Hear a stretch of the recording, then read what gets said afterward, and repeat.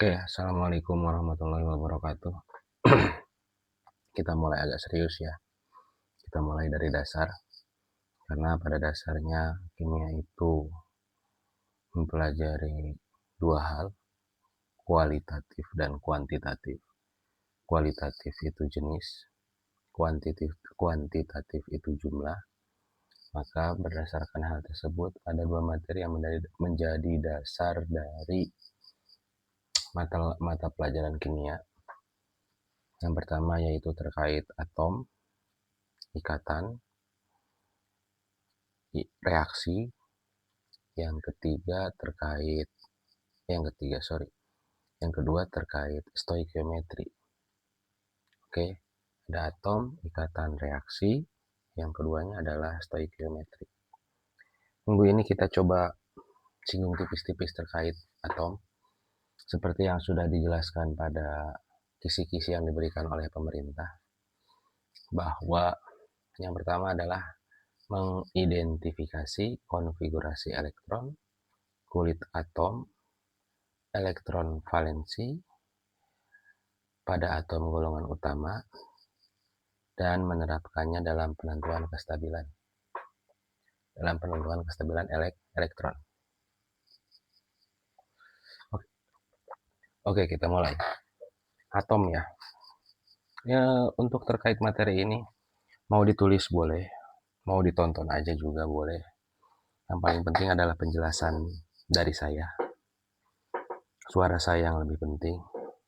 Dan yang paling penting adalah kalian banyak latihan soal. Atom. Untuk pengertiannya kita skip dulu. Ada banyak pengertian atom. Ada menurut Dalton, ada menurut Rutherford, ada menurut Schrödinger, ada menurut, dan banyak lain. Intinya atom ini adalah partikel paling kecil yang kita pelajari. Walaupun pada kenyataannya nanti di dalam atom ada partikel yang lebih kecil lagi, yaitu partikel subatom. Atom ini adalah suatu zat paling kecil yang kita pelajari, di mana tiap zat itu menyimbolkan atau memiliki sifat tertentu, sehingga atom ini jumlahnya banyak. Ya, atom biasanya sih saya sering juga menyebut sebagai unsur. Jadi kalau di tabel periodik sebutnya unsur. Oke. Unsur tunggal. Nanti bagaimana ketika atom dan atom berinteraksi nanti dibahas di materi selanjutnya, yaitu ikatan kimia. Oke. Atom ini punya 3 partikel subatomik di dalamnya. Pertama proton, elektron, neutron. Gampang. Ada proton, muatannya positif, simbolnya P. Ada neutron, netral ya, simbolnya N. 0 kadang disebut sebagai 0 ya. Ada elektron, muatannya negatif, simbolnya min. Jadi kalau kalian punya tabel periodik, harusnya kalian sudah sering lihat tabel periodik. Di dalam tabel periodik ada informasi dari setiap atom atau unsur. Ada banyak sekali jenisnya. Ya, jumlahnya. Bapak juga nggak hafal. Pada dasarnya adalah sebenarnya bukan untuk dihafal, tapi untuk dipahami. Penulisan simbolnya seperti ini biasa. Di atas ada Z, di atas ada A, di bawah ada Z. Ini simbol ya. Jadi yang di tabel periodik itu yang dituliskan hanya simbol. Walaupun di bawahnya juga ada nama sih. Kemudian di atas ini adalah massa. Nomor. Nomor massa. Biasanya dia besar ya. Di sini ada nomor. Biasanya angkanya kecil. Terus kalau massa biasanya selain besar dia desimal ya. Ya desimal. Di bawah ini biasanya dia bilangan bulat, angkanya angka bulat. Oke, kita mulai dari yang paling sederhana. Atom paling sederhana apa? Ya, betul sekali, hidrogen. Dia punya nomor massa 1, punya nomor atom 1. Ini simbolnya H. Simbol. Namanya, kepanjangannya adalah hidrogen dalam bahasa Indonesia. Kalau dalam bahasa Inggris beda lagi tulisannya, hydrogen. Ini massanya. Yang ini adalah nomor. Oke. Massa ini digunakan di mana? Nanti digunakan di stoikiometri. Oke. Di stoikiometri dia dianggap sebagai AR atau massa atom relatif. Ini tujuannya adalah nanti untuk menentukan jumlah. Jadi di sini nanti untuk kuantitatif. Nomor nanti digunakan untuk konfigurasi elektron. Ini untuk menentukan jenis, karena tidak ada atom yang memiliki konfigurasi elektron yang sama. Jadi tiap atom punya konfigurasi elektron yang khas. Nanti kita bahasnya nanti kita sistem periodik unsur, ke tabel periodik unsur. Di sini bedanya. Biasanya di soal nanti tanyakan, misal berapa jumlah proton, elektron, dan neutron pada atom. Nah, begitu ya. Misal kita punya apa ya? Bapak yang tahu itu kalau misalnya karbon. Karbon C12,6. Pertanyaannya berapa protonnya, berapa neutronnya, berapa elektronnya. Proton ini adalah nomor. Berarti berapa? 6. Neutron ini adalah massa dikurangi nomor. Massa atom dikurangi nomor atom. Berarti 12 dikurangi 6 sama dengan 6. Elektron ini adalah nomor. Dengan catatan dia tidak bermuatan positif atau negatif. Dia tidak bermuatan positif dan tidak bermuatan negatif. Maka elektron ini adalah nomor. Bagaimana kalau nanti bermuatan? Nanti saya kasih contoh. Jadi kesimpulan di sini, protonnya 6, massanya 6, nomornya 6. Tidak selalu sama ya, tidak selalu sama. Ini kebetulan kita pakai soal karbon. Begitu. Kita kasih contoh. Kalau seandainya dia bermuatan. Langsung saja. Misalkan Na plus, simbolnya Na. Jadi penulisan simbol ini menggunakan huruf kapital. Dan simbol ini ada yang satu huruf, ada yang dua huruf. Kalau satu huruf berarti satu-satunya itu huruf kapital. Kalau dua huruf, huruf pertamanya kapital, huruf keduanya adalah huruf kecil. Kombinasinya huruf besar dan huruf kecil. Misal kita punya data atom natrium. Bapak cek dulu. Bapak tabel periodik Bapak hilang. Jadi harus googling dulu, HP-nya dipakai. Berarti googlingnya pakai laptop.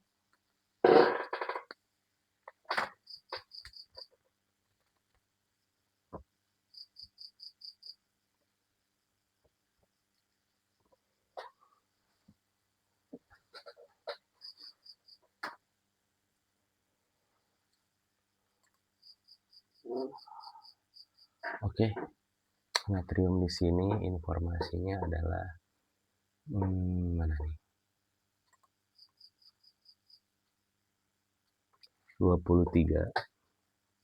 Sebenarnya nggak pas ini. Kalau di tabel periodik 22,999 dibulatkan 23. Kemudian nomor atomnya 11. Maka bagaimana kalau seandainya suatu atom ini bermuatan positif, komposisi dari proton, neutron, dan elektronnya? Proton, neutron, elektron. Proton sama tetap nomor. Berapa ini? 11. Neutron sama juga, massa dikurangi nomor. Masanya berapa? 23 dikurangi nomornya 11 sama dengan 12. Elektron ini juga sama dengan nomor. Berhubung di sini positif, kita sedang membahas elektron ya. Kita sedang membahas elektron. Positif ini menandakan bahwa ada elektron yang pergi. Kalau negatif berarti ada elektron yang datang. Oleh karena itu, jika atom ini bermuatan positif, berarti untuk elektron nomor dikurangi muatan positif.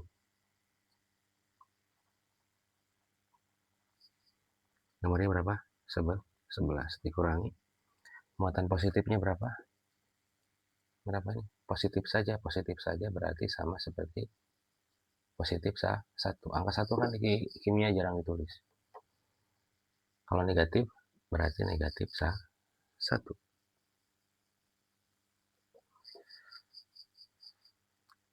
Berarti 11 kurangi 1 sama dengan 10. Ini komposisinya 11, 12, 10.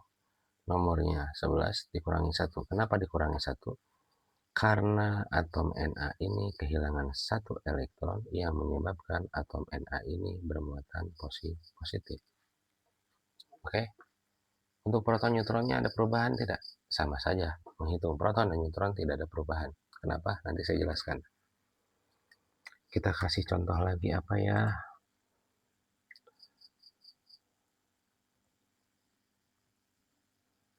Kita kasih contoh lagi yang bermuatan negatif. Oh, ini aja deh. Oksigen. Oksigen 2 min. O simbolnya. Masanya 16, nomornya 8. Kita tentukan proton, neutron, dan elektronnya. Proton sama, dia adalah nomor berapa? 8. Neutron adalah massa dikurangi nomor. Berapa? 16 dikurangi 8 sama dengan 8. Kebetulan sama ini ya. Tidak selalu sama ini, hanya kebetulan sama. Seperti protonnya.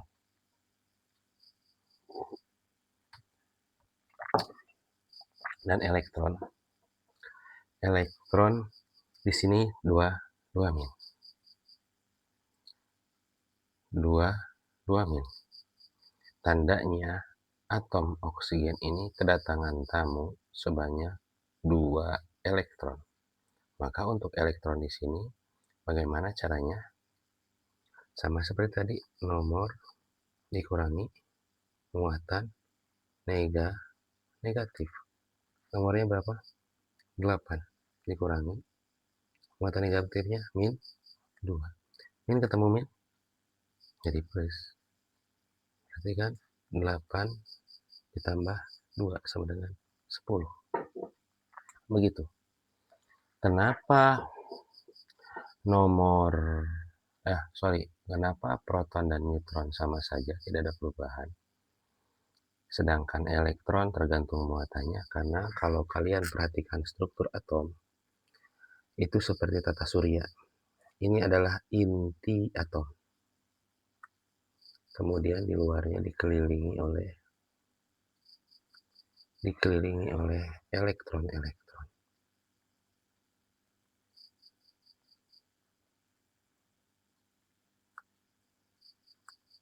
Oke. Jadi inti atom ini berada di bagian tengah. Apa isinya? Proton dan neutron. Ketika ada muatan positif negatif, inti atom ini ya jong-jong aja karena ada di dalam. Proton dan neutron tidak ada perubahan. Karena ketika nanti atom-atom ini berinteraksi, yang akan bersinggungan pertama kali adalah elektron bagian terluar. Sehingga elektron ini kalau kedatangan tamu atau melepaskan elektron, komposisi elektron ini berubah. Bagaimana untuk yang tidak bermuatan? Berarti elektron ini ya sama seperti nomor. Tidak dikurangi muatan dari si atom tersebut. Atau dengan kata lain, proton berjumlah sama dengan elektron. Begini ya, elektron beredar mengelilingi inti atom. Kenapa elektron ini beredar mengelilingi atom dan tidak pergi? Karena ada gaya elektrostatik tarik-penarik antara positif dan negatif. Siapa? Proton dan elektron. Sehingga elektron ini ya tetap ketarik aja, berputar aja di sekitar inti. Itu beres konsep yang pertama. Konsep yang kedua, materi terkait iso. Iso ini artinya sama ya, sama. Udah sering saya bilang. Di organik saya bilang isomer. Di sini kita belajar terkait ada 4 iso. Yang pertama adalah isotop. Bagaimana cara mengingatnya? Ada bagian P-nya. Berarti yang sama apanya? Proton sama proton. Jadi ketika kita punya atomnya ada 2, latihan identifikasi dulu tuh. Atom yang 1 protonnya berapa, atom yang 2 protonnya berapa. Kalau dia punya nilai yang sama, maka atom tersebut berisotop. Oke, jelas? Kasih contoh, Pak? Boleh. Kita kasih contoh.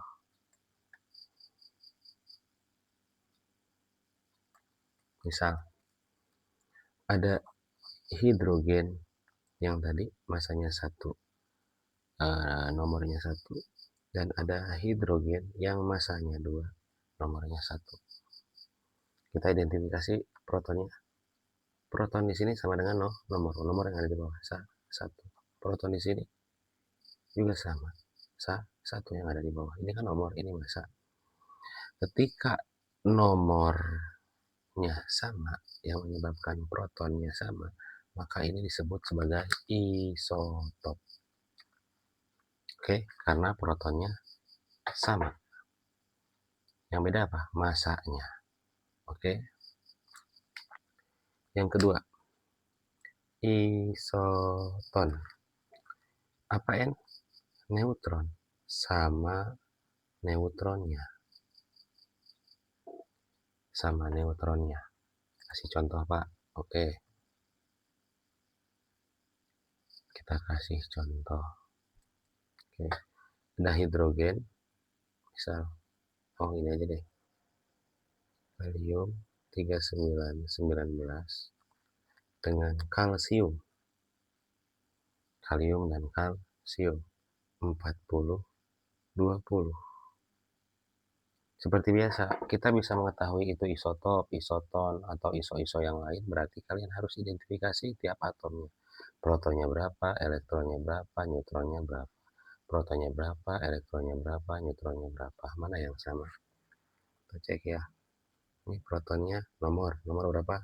19. Ini proton berapa? 20. Nomornya 20. Isotop bukan, karena protonnya berbeda. Kemudian elektron sama, ini tidak ada muatan di kanannya. Elektron itu sama dengan nomor, ini 19. Ini elektronnya 20. Sama nggak? Beda. Neutron itu massa dikurangi nomor. 39 kurangi 19 sama dengan 20. Neutron ini massa 40 dikurangi nomor 20. Berapa? 20. Mana yang sama? Neutronnya yang sama. Jika neutronnya yang sama, berarti disebut sebagai isoton. Gampang. Yang ketiga, isobar. Ya agak beda sini. Bar itu apa ya? Bar ini artinya sama masanya.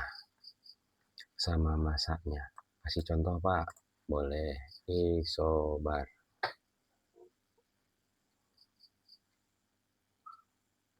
Isobar. Dulu. Betul.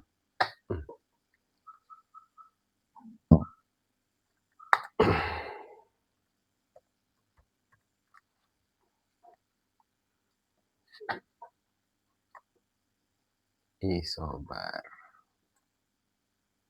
Oke, misal saya punya apa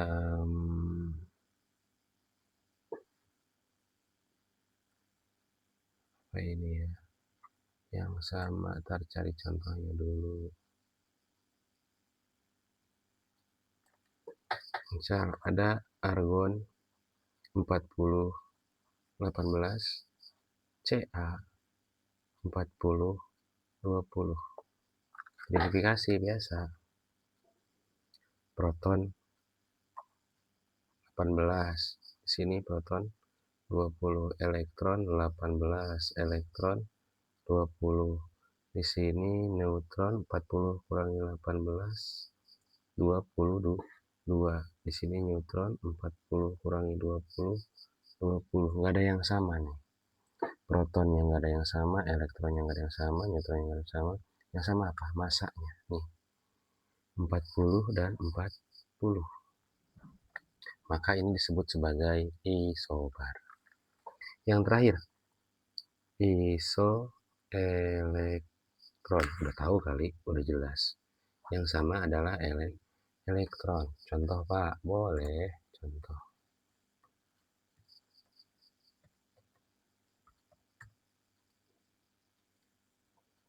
Contoh, saya punya Cl 3517 minus dengan sulfur 3216 2 minus. Biasa cari proton. Di sini 17, di sini 16. Cari neutron. Berarti 35 kurangi 17 sama dengan 18 neutron. 32 kurangi 16 sama dengan 16. Sekarang elektron. Masa sama nggak masa? Di sini 35, di sini 32, udah beda. Udah beda, bukan isobar. Protonnya beda, bukan isotop. Neutronnya beda, berarti bukan isoton. Kita cek elektronnya. Gimana? Di sini ada muatannya. Ada muatannya, berarti dia kedatangan satu elektron. 17 tambah 1, 18. Di sini berapa nomornya? 16. Kedatangan 2 elektron tamu, berarti ditambah 2 sama dengan 18. Kalau di sini positif gimana Pak? Kalau positif dikurang. Positifnya positif berapa? Positif 1 dikurang 1, positif 2 dikurang 2. Apa yang sama? Elektron. Lihat elektronnya sama, berarti ini adalah isoelektron. Gampang banget. Gampang banget ini mah. Simple. Simple ya. Sangat mudah sekali. Sudah selesai. Sudah 2 materi. Pertama terkait materi atom. Oke. Atom. Yang kedua terkait materi iso-isoan. Next. Materi selanjutnya. Materi terkait konfigurasi elektron. Tadi saya bilang nomor atom itu digunakan untuk membuat konfigurasi elektron. Apa fungsi konfigurasi elektron? Pertama, dia untuk menentukan kestabilannya. Nanti menentukan kestabilan. Stabil atau tidak. Bagaimana tahu stabil dan tidak stabil? Nanti kita bahas. Yang kedua, untuk menentukan interaksinya. Interaksi dengan siapa Pak? Ya atom ini kan ada yang stabil dan tidak stabil. Yang stabil sih oke, no problem. Yang tidak stabil ini untuk mencapai kestabilan dia harus berinteraksi. Nah, interaksi ini disebut dengan ikatan kimia. Nanti kita bahas di materi ikatan kimia. Oke. Kemudian ini juga nanti untuk pengelompokan sesuai dengan konfigurasi elektronnya. Dan seperti telah diketahui, Konfigurasi elektron, kesamaan konfigurasi elektron, walaupun tidak sama persis ya, tidak sampai plak ketiplak, ada kesamaan. Itu memiliki sifat yang juga sama. Jadi kesamaan konfigurasi elektron ini memberikan kesamaan sifat. Ya, oke, jelas pengelompokan di mana? Di tabel periodik unsur atau biasa kita sebut sebagai sistem periodik unsur. Oke, jelas. Kita bahas dulu konfigurasi elektron. Misal tadi apa tadi contoh Na ya? Na 2311. Kalau disuruh bikin konfigurasi elektron, jangan lihat massa. Ini mah buat nanti stoikiometri, buat nyari AR. Di mana AR itu nanti dipakai untuk menentukan konsentrasi mol. Jadi penentuan kadar atau penentuan jumlah zat dalam kimia itu paling dasarnya adalah mol, di mana rumus mol ini kalau misalkan si atom ini punya massa, punya berat, maka untuk mencari molnya butuh AR, massa atom relatif. Oke, jadi 23 ini dipakai untuk AR, mencari mol. Walaupun nanti di materi stoikiometri mencari mol itu ya tidak selalu harus menggunakan AR. Karena tidak semua atom bisa ditimbang. Kayak atom gas kan ya nggak sulit lah untuk nimbangnya. Nanti ada mol berat, ada mol volume, ada mol partikel, dan lain sebagainya. Oke. Bagaimana konfigurasi elektronnya? Pertama, kalian harus mengingat-ingat aturan konfigurasi elektron. Jadi, tiap atom ini kan konfigurasinya elektronnya beda. Tapi susunan kulitnya sama. Maksudnya gimana, Pak? Kita harus bahas dulu. Ini inti atom. Ada kulit pertama. Ya, ini kulit ke-1. Kemudian ada kulit kedua. Ada kulit ketiga. Sampai dengan kulit ke-7. Ini kulit pertama. 1. Kadang juga disebut sebagai simbolnya K. Ini kulit 2. Simbolnya L. Kulit 3. Simbolnya M. Sampai dengan kulit ke-7. Oke, ini pakai angka. Kulit 1, 2, 3. Di dalam kulit ada subkulit. Nah, kalau kulit pertama, dia hanya punya satu subkulit, yaitu S. Kulit kedua punya 2 subkulit, S dan P. Kulit ketiga punya 3 kulit, S, P, dan D. Kulit keempat, kita bikin kulit keempat ya, biar gampang. Aduh, jelek. Kulit keempat, KLMN ini, ia punya subkulit S, P, D, dan F. Jadi dalam kulit ada subkulit lagi. Iya, untuk menjelaskan terkait posisi si elektronnya itu di sebelah mana. Kita harus tahu subkulit S hanya bisa menampung 2 elektron. Ruangannya satu ruangan hanya bisa menampung 2 elektron. Satu menghadap atas, satu menghadap bawah. Nanti kita bahas di bilangan kuantum. Ini maksimalnya 2 elektron. S di sini ya sama ya. Maksimalnya 2 elektron. P ini kamarnya ada 3. Kita isi ke atas 1, 2, 3. Aturannya gitu ya. Setengah penuh dulu baru balik lagi ke sini, ke bawah. 1, 2, 3. Ada berapa? 6 elektron. Di sini S yang kulit ketiga sama juga 2 elektron. P yang kulit ketiga sama juga 6 elektron. Nah, yang ini sama 2 elektron, di sini 6 elektron. Untuk D, kamarnya ini ada 5. Diisi berapa maksimalnya? 1, 2, 3, 4, 5, 6, 7, 8, 9, 10. 10 elektron. Kulit F, nah, walaupun jarang sih soal sampai kulit F. Ini punya 7 ruang, punya 7 kamar. Satu kamarnya diisi 2 elektron, berarti total maksimalnya adalah 14 elektron. Yang di sini ya sama. Ini 2 elektron, ini 6 elektron, di sini 10 elektron. Dan bagaimana pengisian elektron pada kulit-kulit ini? Aufbau sudah ngasih diagram tingkat energi.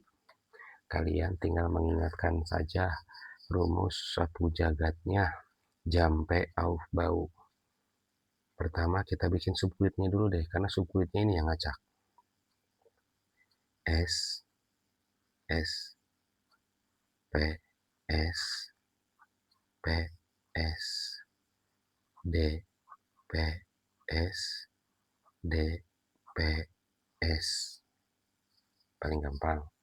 Ini S yang kulit ke-1. S cuma punya 1. Ini S yang ke-2. Kulit kedua punya 2. Berarti yang ini 2, 2P. S yang mana? Nggak mungkin 1 S ada 2.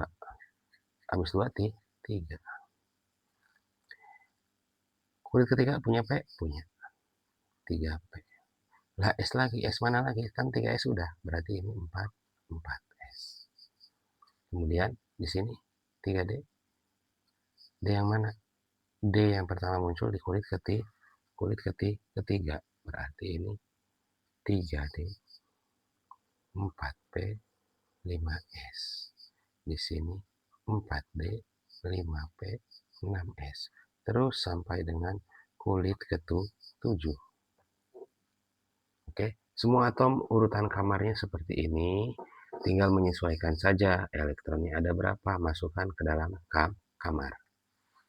Oke, di sini harus diidentifikasi adalah elektron. Berapa elektronnya? Ada positif negatif? Tidak ada, berarti elektronnya ini sama dengan nomor, yaitu 11. Kita bikin jampenya 1S, 2S, 2P, 3S, 3P, 4S, 3D, 4P, 5S. Oh, kebanyakan. Kita cek. Ini maksimal 2. Ini maksimal 2.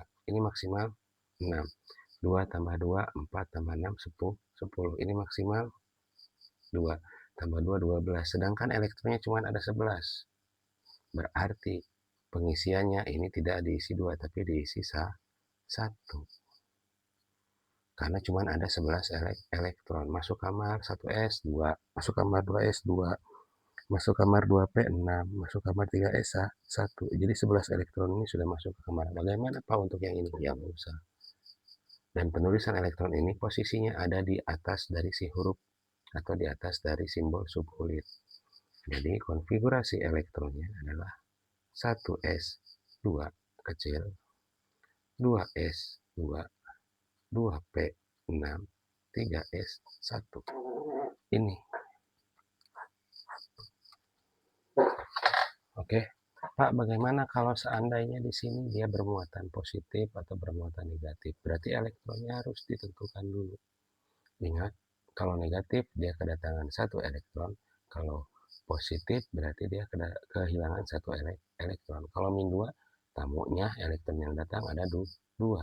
Kalau dia plus 2 berarti yang pergi ada 2 elektron. Oke, jelas, baru bikin konfigurasi elektron. Pak, ini nggak perlu diisi sampai sini, nggak perlu. Kalau di sini atom, suatu atom ya, 23 ya lanjut aja.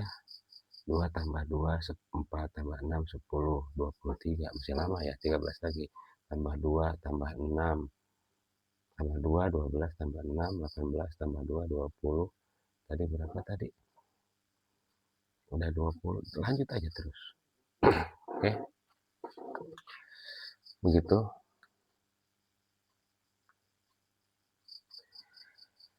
Aturan berpasangan ini disebut sebagai aturan Hun. Ya, satu kamar diisi berpasangan. Kalau yang ini namanya aturan Aufbau. Nggak ditanya sih di soal ujian mah. Yang sepasang ini disebut aturan Hund, nggak bakal ditanya, ini mah cuma ngasih tahu doang.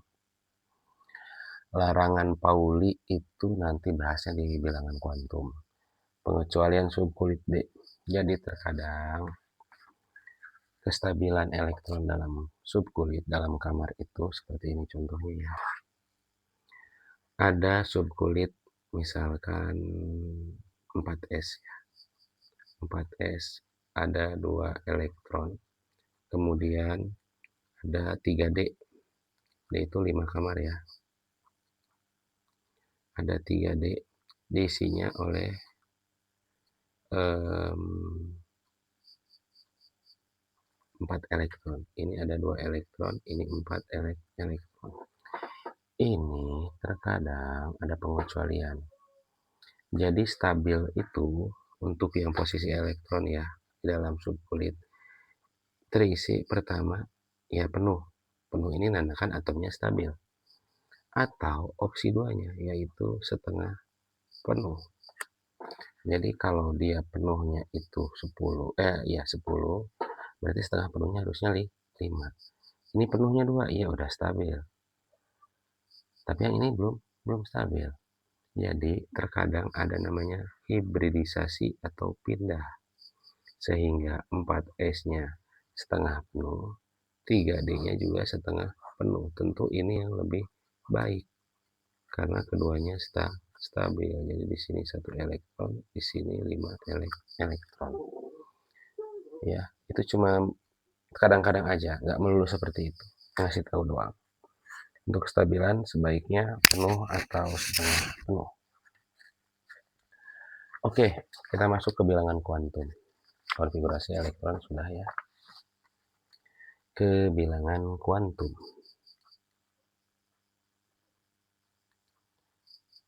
Ini agak cukup ribet, kalian harus terbiasa. Bilangan kuantum ada 4. Pertama utama. Ya. Pertama bilangan kuantum utama. Yang kedua adalah azimut. Azimut. Yang ketiga adalah magnetik. Yang keempat adalah spin. Utama, azimut, magnetik, dan spin. Utama ini kulit. Ya, kulit. Namanya bilangan berarti semua data dari utama, azimut, magnetik, spin ini dalam bentuk angka. Tidak ada yang menggunakan huruf lagi.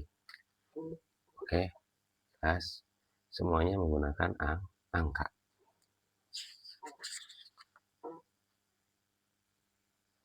Dan di sini ada aturan larangan Pauli.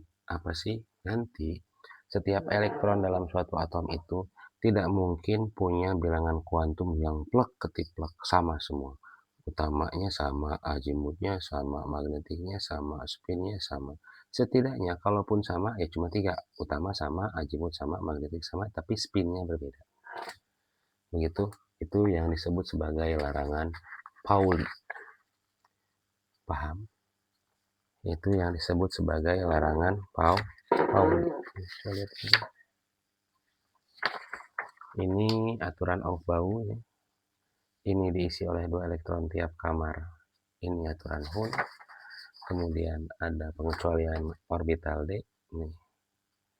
Stabil itu penuh dan setengah penuh. Dan yang terakhir ada larangan Pauli, di mana bilangan kuantum ini tidak mungkin keempat-empatnya sama antara satu elektron dengan elektron yang lain. Oke, lanjut. Utama kulit ini kan udah tahu ya itu mah. Kulit mah tadi ada kulit 1, kulit 2, kulit 3, 4 sampai dengan 7.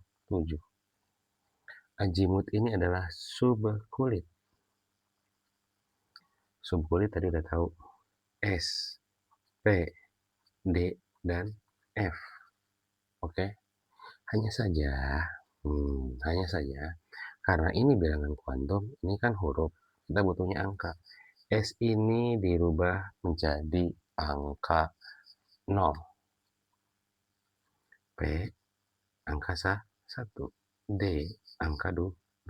F angka 3. Jelas? Oh iya, saya lupa kasih tahunya. Utama ini simbolnya pakai simbol N. Azimut ini pakai simbol L. Magnetik pakai simbol M. Spin pakai simbol S. Oke, udah 2 tuh. Utama sama azimut. Untuk magnetik, nah mulai rumit nih. Untuk magnetik, jika dia S, maka dia kan hanya punya satu kamar. Maka bilangan magnetiknya dia hanya 0. Jadi si elektron yang ngisi di kamar ini magnetiknya 0. Kalau P kan punya 3 kamar. Ya kan? Oke. P kan punya 3 kamar. Kalau elektronnya ada di sini, berarti magnetiknya dia min 1. Kalau ada di tengah, magnetiknya 0. Kalau ada di kanan, magnetiknya plus 1. Jadi kita menyesuaikan di mana elektron itu berada. Elektron yang mana? Kan dari atom itu elektronnya ada banyak. Kayak tadi, natrium itu elektronnya ada 11. Dari 11-nya itu 11-11-nya, Pak, tentuin bilangan kuantumnya. Enggak, tergantung soal. Dia minta elektron yang mana. Tapi biasanya sih nanyain elektron terakhir. Elektron yang masuk ke kamar paling akhir. Ada di mana posisinya. Untuk D ada 5 kamar. Berarti jika elektronnya ada di sini, min 2. Di sini min 1, di tengah sama 0. Di kanan plus 1, di sini plus 2. Untuk F berarti 7 kamar dimulai dari min 3, min 2, min 1, 0, plus 1, plus 2, dan plus 3. Begitu. Oke, jelas. Spin. Spin ini gampang. Tadi kan sudah saya bilang di aturan Hund, pengisian elektron dalam kamar ini ada yang ke atas dulu ya. Ini namanya spin atas. Dengan nilai plus setengah. Kan bilangan. Kalau bilangan harus pakai nilai. Ini plus setengah. Yang kedua, spin bawah. Nilainya min setengah. Ada plus setengah, ada min setengah. Oke. Semuanya sudah bilangan semua? Bilangan, bilangan, bilangan, bilangan. Kuantum ini buat apa sih, Pak, fungsinya? Ini levelnya sudah level sangat dalam ya. Jadi Bapak juga agak sulit menjelaskan dan masih kebingungan ini untuk di skala kuantumnya. Tapi ini sangat penting terkait struktur atom tersebut. Jadi atom juga punya struktur ya. Misal, tentukan elektron terakhir pada 2311 Na. Nah, oke, biasa. Ini sedang mencari bilangan kuantum. Bilangan kuantum tidak bisa ditemukan tanpa konfigurasi elektron. Konfigurasi elektron tidak bisa ditentukan tanpa tahu elektronnya ada berapa. Jadi yang pertama harus dilakukan, cari tahu elektronnya ada berapa. Elektron adalah nomor atom. Berapa nomor atomnya? 11. Sudah tahu 11, kita bikin konfigurasi elektronnya. Seperti biasa, dari 1s, 2s, 2p, 3s, 3p, 4s, 3d. Kita cek, masukin 2. Baru 2 ya dari 11. Masukin lagi 2. Kenapa 2? Tadi saya bilang S ini maksimalnya 2. Kalau P bukan 2 tapi 6. 2, udah 2, udah 2, 4, udah 6, 10. Berarti di sini sisa 1. Ini konfigurasi elektronnya 1s2, 2s2, 2p6, 3s1. Sudah. Yang ditanya elektron terakhir. Elektron terakhir. Mana elektron terakhir? Ada di sini. Tandain. 3s1. Dari sini kita bisa lihat untuk cari bilangan kuantum, kita udah langsung bisa tahu yang mana. Ini dulu nih. Ini apa? Kulit. Kulit. Berarti bilangan kuantum utamanya kulitnya udah jelas dia 3. Yang kedua, subkulit. S mana? Bilangan kuantumnya kalau S, 0. Berarti L ini sama dengan 0. L ini adalah azimut ya. Untuk magnetik dan spin, kita nggak bisa tanpa kita gambarkan dulu kondisi kamarnya. Oke, S, kamarnya cuma ada 1. Dan kalau kamarnya cuma ada 1, magnetiknya 0. Kalau P ada 3 kemungkinan. Bisa di kamar pertama, kamar kedua, kamar ketiga.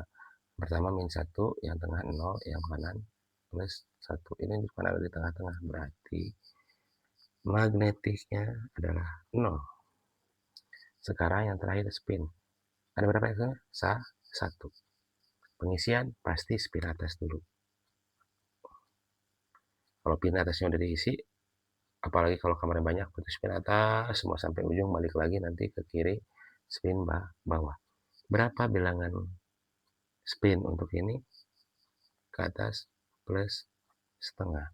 Jadi inilah jawaban untuk pertanyaan tentukan bilangan kuantum dari elektron terakhir pada 2311 Na.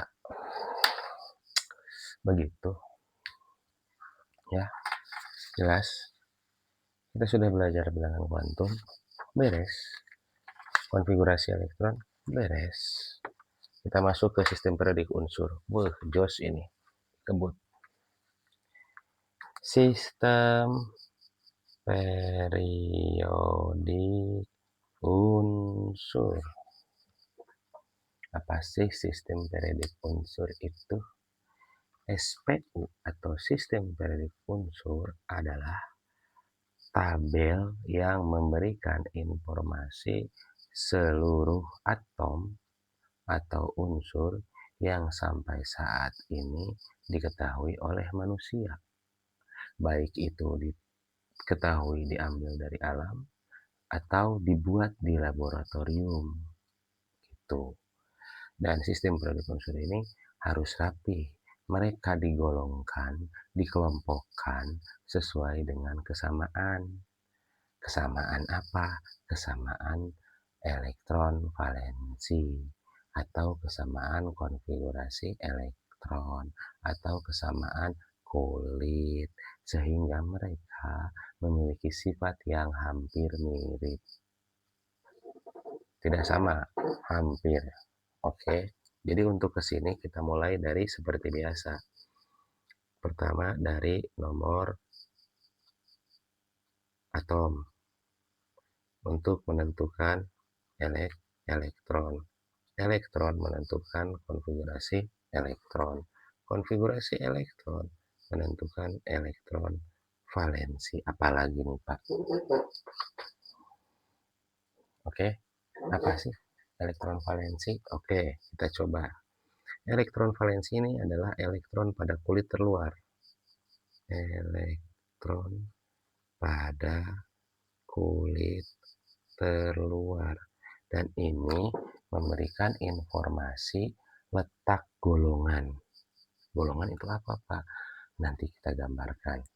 Ya, letak golongan pada sistem periodik unsur. Golongan itu dari atas ke bawah. Oke. Jadi sistem periodik unsur itu seperti ini ya. Kalian udah tahu harusnya lah. Tiap seminggu 2 kali ketemu saya. Ya, dari atas ke bawah ini namanya golongan. Ini namanya golongan. Kalau dari kiri ke kanan ini namanya periode. Oke. Oke. Iya kan? Golongan atas bawah. Ada berapa golongan? Sejauh ini ada 16. Di antaranya terdiri dari 8 golongan A dan 8 golongan B. Saya masih pakai penganut penomoran lama ya. Walaupun di Amerika sekarang udah dirubah jadi golongan 1, 2, 3 sampai 18. Saya masih penganut teori lama 1A, 2A sampai 8A, kemudian 1B, 2B sampai 8B. Dari kiri ke kanan namanya periode. Kiri ke kanan. Jadi posisi atom itu nanti menempati di mana dan nanti menentukan sifat. Oke. Di sini golongan yang pertama Kita bahas golongan ya.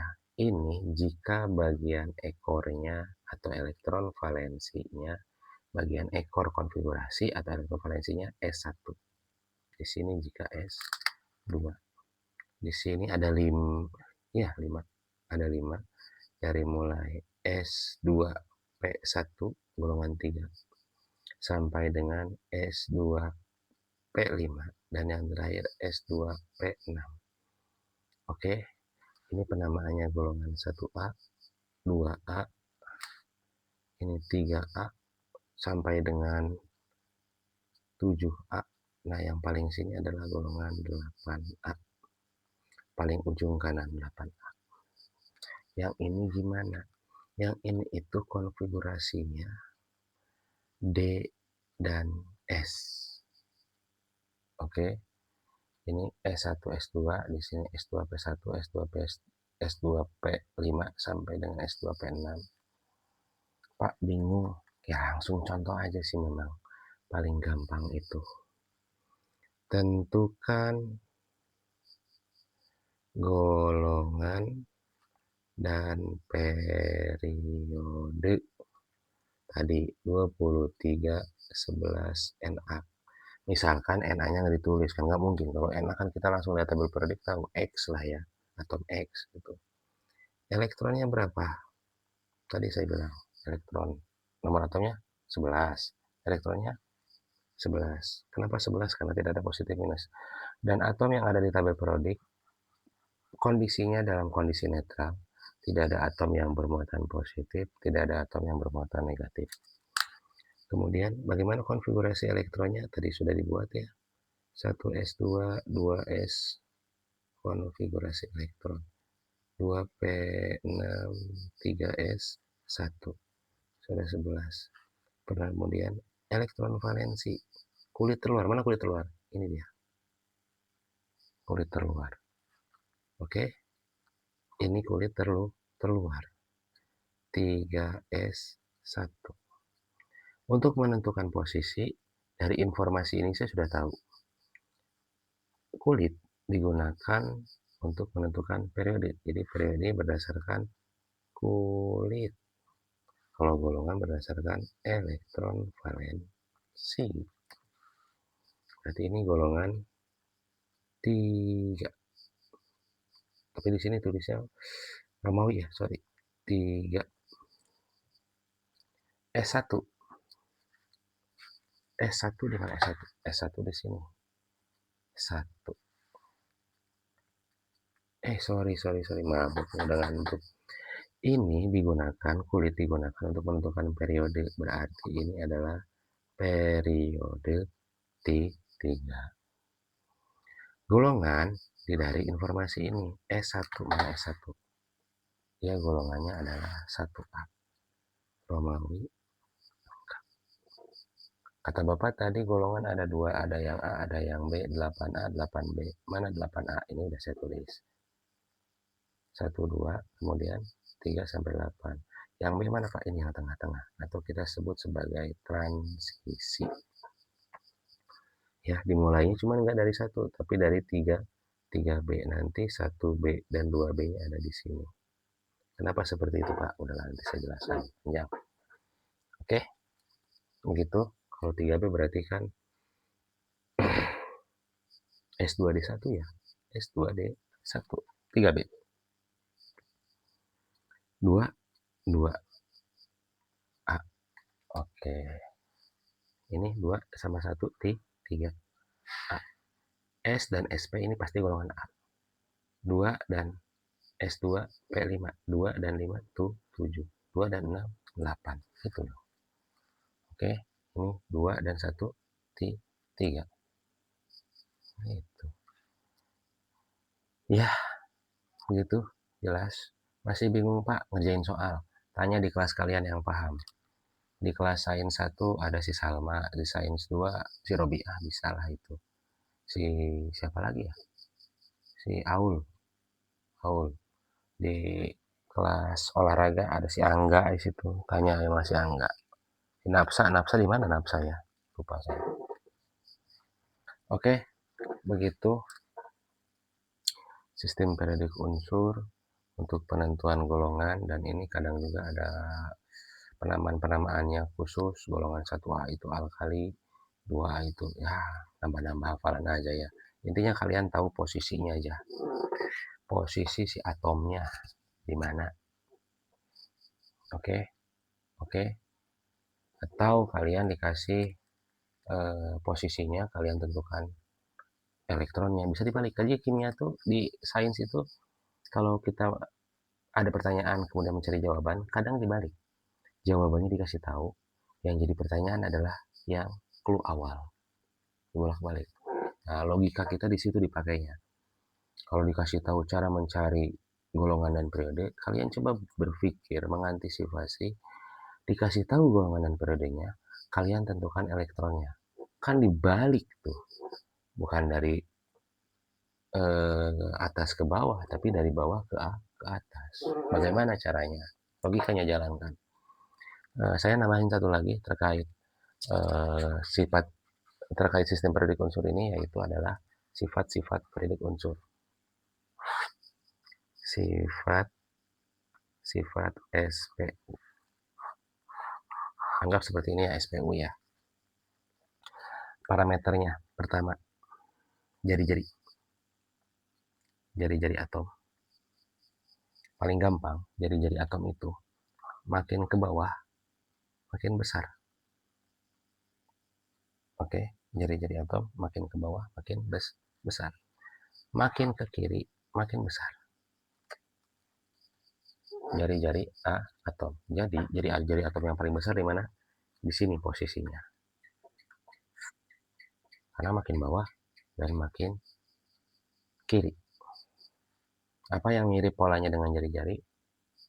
Sifat logam. Sifat logam. Oke. Kemudian ada yang polanya berbeda. Dia bukan dari atas ke bawah makin besar, tapi dari bawah ke atas makin besar. Dan kebalikannya, dari kiri ke kanan makin besar.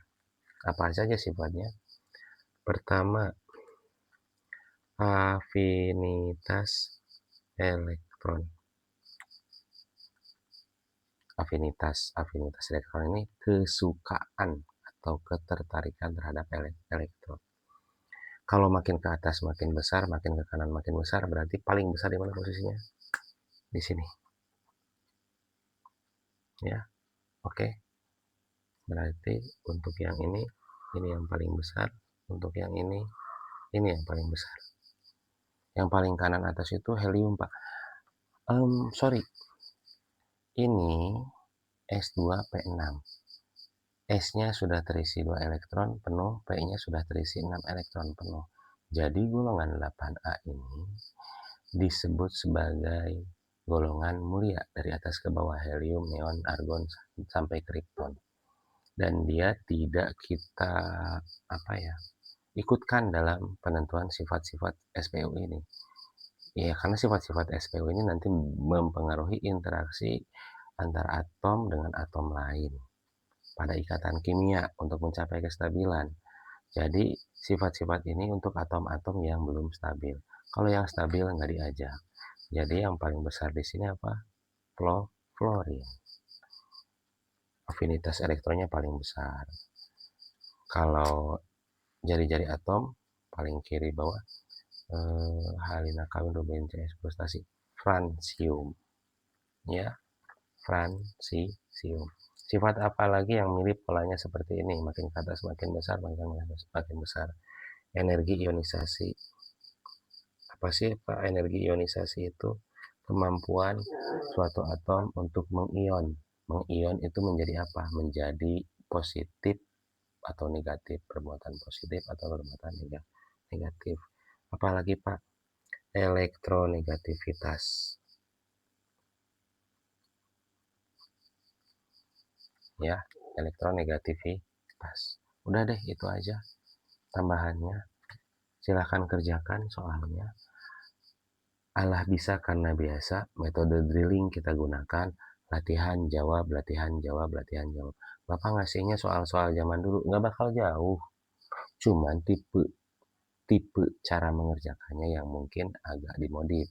Seperti kita ketahui bahwa TKA ini ada pilihan ganda sederhana, ya seperti biasa pilihan ganda, ada pilihan ganda MCMA, multiple answer. Multiple itu banyak, answer itu jawaban. Jadi jawabannya tidak hanya satu. Yang terakhir adalah kriteria. Apa sih kriteria? Kriteria itu kita cuma tinggal menentukan ini benar atau salah, sesuai atau tidak sesuai dengan pernyataan yang diberikan. Begitu. Apa sih Pak dibikin kayak gitu? Untuk memberikan informasi kepada mereka apakah kita itu benar-benar paham terkait materi itu atau tidak. Begitu ya, jelas. Aduh, capek juga ngecabrak sorangan baturna ngabusa. Atur nuhun lah ya. Terima kasih, kerjakan soalnya. Nanti kita bahas di kelas. Saya tutup. Wassalamualaikum warahmatullahi wabarakatuh.